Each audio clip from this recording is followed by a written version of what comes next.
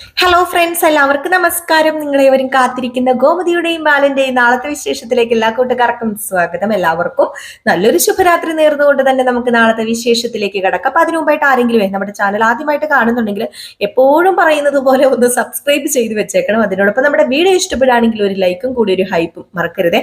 അപ്പൊ നമുക്ക് നേരെ വിശേഷത്തിലേക്ക് തന്നെ കിടക്കാം. വിശേഷം എന്ന് കേട്ടിട്ടല്ലേ ഉള്ളൂ. അപ്പൊ നാളെയാണ് പ്രധാനപ്പെട്ട വിശേഷം നമ്മൾ കാണാൻ പോകുന്നത്. അങ്ങനെ നമ്മുടെ ഗോമതി വർഷങ്ങൾക്ക് ശേഷം മംഗലത്തേക്ക് പോവുകയാണ്.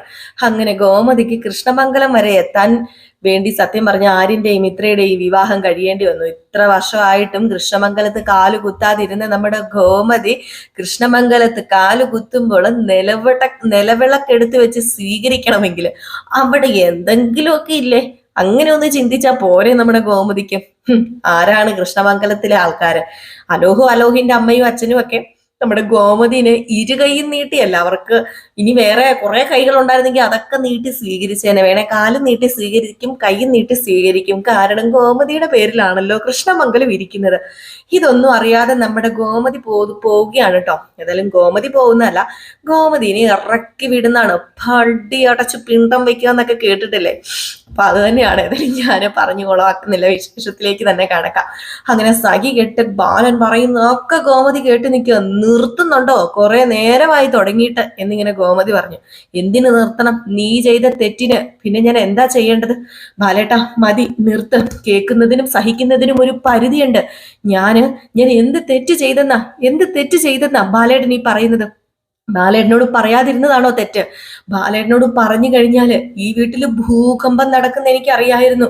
ബാലേട്ടൻ അറിഞ്ഞു കഴിഞ്ഞാല് ഭൂകമ്പം നടത്തും ബാലേട്ടൻ. ബാലേട്ടൻ അറിഞ്ഞിപ്പം എത്രമാത്രം ഇവിടെ കിടന്ന് പ്രശ്നം ഉണ്ടാക്കുന്നുണ്ട്. ഇതുപോലെ തന്നെയായിരിക്കും ബാലേട്ടൻ പ്രശ്നം ഉണ്ടാക്കാൻ പോകുന്നതെന്ന് എനിക്ക് നല്ല ബോധ്യം ഉണ്ടായിരുന്നു.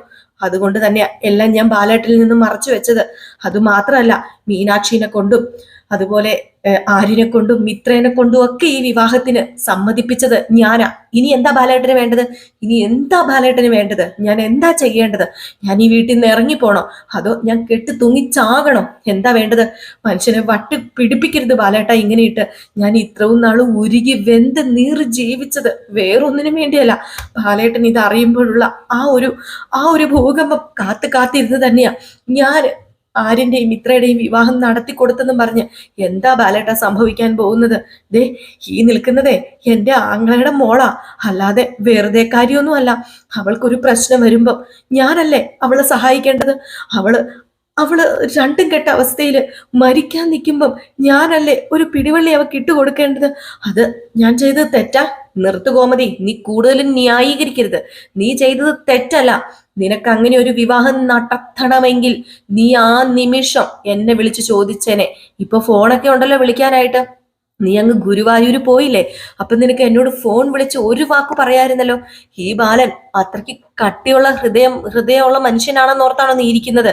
നിനക്കറിയാലോ ഞാൻ എത്രത്തോളം കട്ടിയുള്ളവനാണെന്നും കട്ടിയില്ലാത്തവനാണെന്നും. ബന്ധങ്ങളുടെ വിലയൊക്കെ മനസ്സിലാക്കാൻ എനിക്ക് കഴിയും. കാരണം ബന്ധുക്കളില്ലാതെ ഒരു അനാഥനായിട്ടാണ് ഞാൻ വളർന്നത്. അതുകൊണ്ട് തന്നെ ബന്ധങ്ങളുടെ വില എന്തെന്ന് എനിക്ക് അറിയാം കോമതി. നിനക്കാണ് അറിയാത്തത് ബന്ധങ്ങളുടെ വില എന്താണെന്ന്. നീ എന്നോട് മറച്ചു വെച്ചത് വെറും ചില്ലറക്കാരിയല്ല.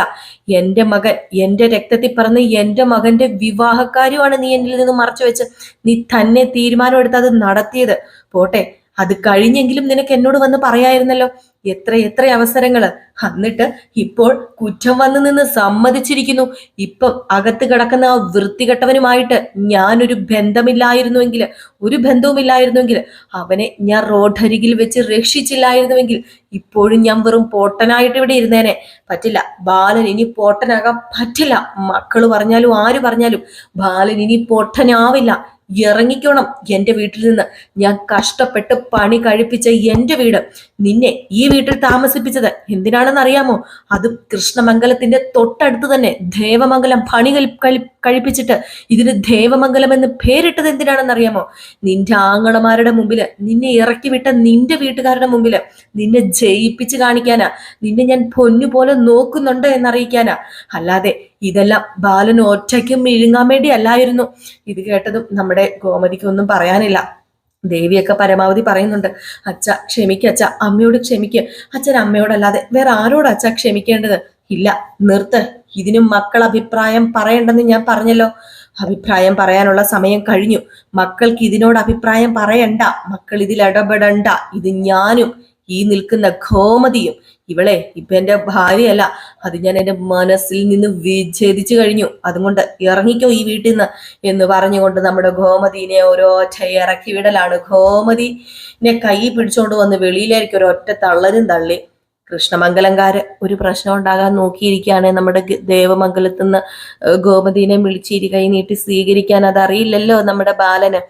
ഏതായാലും ഇറക്കി വിട്ടപ്പോഴത്തേക്കും ബാലൻ വെപ്രാളപ്പെട്ട് അകത്ത് കയറി പോവുക. മാറിക്കെന്ന് പറഞ്ഞുകൊണ്ട് അവിടെ നിൽക്കുന്നവരെയൊക്കെ തള്ളിയിട്ടിട്ട് അകത്തേക്ക് കയറി പോയിട്ട് അലമാരിന്ന് കുറെ സാരിയും പറക്കി ഇങ്ങനെ പിടിച്ചോണ്ട് വന്നിട്ട് കൊണ്ടുപോക്കോ, ഇത് കൊണ്ടുപോ എന്നും പറഞ്ഞോണ്ട് തലമണ്ടയ്ക്കിട്ട് എറിഞ്ഞു വിട്ടു. ഏതായാലും നമ്മുടെ ഗോമതി എന്ത് ചെയ്യാനാന്ന് പറ. സത്യം പറഞ്ഞു കഴിഞ്ഞിട്ടുണ്ട് ചിരി വരൂ കേട്ടോ, എങ്ങനെ ചിരിക്കാതെ ഇരിക്കുന്നുള്ളതാ. അങ്ങനെ നമ്മുടെ ഗോമതി തുണിയും പാണ്ടക്കെട്ടൊക്കെ ആയിട്ട് പോകുന്നത് കൃഷ്ണമംഗലത്തേക്കാ.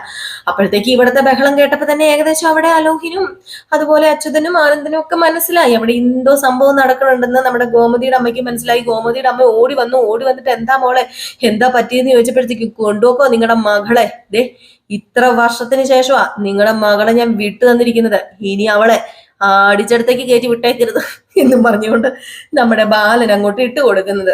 ഗോമതി കരഞ്ഞ് കണ്ണുനീരുമായിട്ട് ഇറങ്ങി പോകുന്നു. മിത്രയാണെങ്കിൽ അച്ഛാ അമ്മേനെ വിടരുത് അച്ഛാ, അല്ല അങ്കിളെ അമ്മേനെ വിടരുത് അങ്കിളെ, പ്ലീസ് അങ്കിളേന്ന്. അതിന്റെ കൂടെയോ മീനാക്ഷി ആണെങ്കിലോ, ഞാനും കൂടെയാ തെറ്റുകാരി, എന്നെയും കൂടെ ഇറക്കി വിട്, ഞാനും കൂടെ അല്ലേ അന്ന് ഗുരുവായൂരിൽ പോയത് എന്ന് പറഞ്ഞ് നമ്മുടെ മീനാക്ഷി. ദേവി ആണെങ്കിലോ, അച്ഛ ബാലച്ച ഞാൻ പറയുന്ന കേക്ക് ബാലച്ച, പ്ലീസ് ബാലച്ച, ദേ ബാലച്ചന്റെ ഏറ്റവും ഇഷ്ടപ്പെട്ട മരുമകളല്ലേ ഞാൻ പറയുന്നത് കേക്കണം ബാലച്ച, കേക്ക് ബാലച്ച. എവിടെന്ന് നമ്മുടെ ബാലന് ഇത് വല്ലതും കേൾക്കാൻ നേരമുണ്ടോ? ബാലന്റെ മനസ്സിലേറ്റ മുറിവ് എന്തോരോ എന്ന് ബാലനെ അറിയത്തുള്ളൂ. അന്നേ പൊന്നേ തേനെ ബാലയെന്ന് പറഞ്ഞുകൊണ്ട് കൊണ്ട് നടന്നുകൊണ്ടിരുന്ന ഭാര്യ. ലോകത്ത് വേറെ ആർക്കും ഭാര്യമാരില്ല, നമ്മുടെ ബാലന് മാത്രമേ ഭാര്യയുള്ളൂ എന്നായിരുന്നു ബാലന്റെ വിചാരം. ഏതായാലും ഒറ്റയടിക്കെല്ലാം തകിടം മറിഞ്ഞു കുളമായി.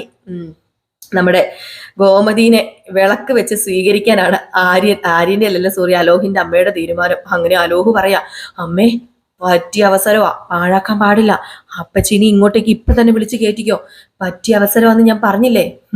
ദേ വിളക്ക് കൊളുത്ത് തന്നെ അകത്തേക്ക് കയറ്റിക്കോ. ഇവിടെന്ന് മനസ്സ് മാറി ഇറങ്ങുന്നതിന് മുമ്പ് തന്നെ, ആ ബാലൻ കൊണ്ടുപോകുന്നതിന് മുമ്പ് തന്നെ എല്ലാം എഴുതി മേടിക്കണം, എല്ലാം. അതുകൊണ്ട് എത്രയും പെട്ടെന്ന് ദേ ഇരു കൈ നീട്ടി സ്വീകരിക്കുവല്ലേ ചെയ്യേണ്ടത് എന്നും പറഞ്ഞ് നമ്മുടെ അലോഹിന്റെ അമ്മയോട് അലോഹ്. അങ്ങനെ അലോഹിന്റെ അമ്മ നേരെ ഓടിപ്പോയി നിലവിളക്ക് എടുത്തോണ്ട് വരിക. അങ്ങനെ നമ്മുടെ ഗോമതിയുടെ അമ്മയാണെങ്കിൽ വാ മോളെ, എന്താ മോളെ പറ്റിയത്, വാ മോളെ എന്ന് പറഞ്ഞിട്ട് വിളിച്ചോണ്ട് പോയി. ഈ കാര്യം വല്ലതും പറയാൻ പറ്റൂ? ഈ കാര്യമൊന്നും അറിഞ്ഞിട്ടില്ല കേട്ടോ. ഇങ്ങനെ ഒരു സംഭവമൊന്നും കൃഷ്ണമംഗലംകാർ അറിഞ്ഞിട്ടില്ല. ഇതാണ് സംഭവം എന്ന് കൃഷ്ണമംഗലംകാർ അറിഞ്ഞിട്ടില്ല കേട്ടോ. ഇവിടെ കറണ്ട് പോയേ, അതാണേ. ഇനിയിപ്പോ ഒരു ചെറിയ ബ്ലറായിട്ട് നിങ്ങൾക്ക് കാണത്തുള്ളായിരിക്കും. ഇവിടെ ഭയങ്കര ഇടിയും മഴയൊക്കെ, എപ്പോഴാ കറണ്ട് വരിക എപ്പോഴാ കറണ്ട് പോവാന്നൊന്നും അറിയാൻ പറ്റില്ല. ഇതിൽ ഞാൻ കണ്ടിന്യൂ ആയിട്ടങ്ങ് പറഞ്ഞു വിടുകയാണ്. അങ്ങനെ ഇരു കൈ നീട്ടി അകത്തേക്ക് സ്വീകരിക്കുകയാണ്. ബാലൻ നേരെ കയറി അകത്തു പോകുന്നു. മക്കളെല്ലാം കൂടി അച്ഛാ അമ്മേനെ വിളിക്കുക അച്ഛാന്നും പറഞ്ഞ് കിടന്ന് കരയുന്നു. ഇതൊക്കെ തന്നെയാണ് നാളത്തെ സീൻ എന്ന് പറഞ്ഞാലേ. അപ്പൊ എല്ലാവരും കാത്തിരിക്കുക. അതായത് ഇനിയിപ്പം കൃഷ്ണമംഗലംകാര് ഈ പ്രശ്നങ്ങളൊക്കെ അറിഞ്ഞു കഴിയുമ്പോഴത്തേക്കും ആര്യനോട് സത്യം പറഞ്ഞാല് ദേഷ്യമൊന്നും അല്ല, സ്നേഹം മാത്രമേ ഉണ്ടാകത്തുള്ളൂ. പിന്നെ അലോഹിന് സ്നേഹം ഉണ്ടാകണമെന്നൊന്നും ഇല്ല കേട്ടോ.